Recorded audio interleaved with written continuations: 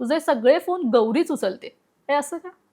कारण माझा फोन हा सायलेंट असतो दिवसभर, सगळ्यांना माहिती आहे. आता तुम्ही बसलाय पण तो फोन नाही वाजणार कधीच. कारण मला का कोणास ठाऊक तो जो वाजणारा आवाज जो मला त्रास देतो. कुठलीही रिंगटोन मला त्रास देते. त्याचं कारण वेगळं आहे खरं तर, हा विनोदी भाग आहे. मला नेहमी असं वाटतं की जेव्हा एक लेखक म्हणून काम करतो ना आपण, हं. तेव्हा सतत डोकं चालू असतं. सतत डोकं हो ना. चालू असतं.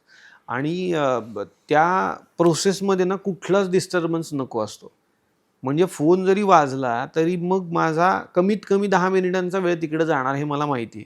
मग एक्स माणसाने फोन केलाय, मग तो का करत असेल? मग त्याला अर्जन्सी असेल का? मग त्याला घाई असेल का? मग मी परत करतो. मग परत लावला तर त्याचा लागत नाही लवकर, त्याचा एंगेज लागतो. हे सगळं होतं आणि मग तो उचलणारा पर्सन एवढंच म्हणतो, "कसे आहात?" यासाठीच फोन केला होता. असं बऱ्याच वेळेला होतं. हां, अर्जन्सी असेल तर होऊ शकतं कदाचित. म्हणून मी तो सायलेंटवर ठेवतो. मला माहिती आहे की ज्याला अत्यंत घाई आहे, तो मेसेज करणार. हे मला चांगलं माहिती आहे.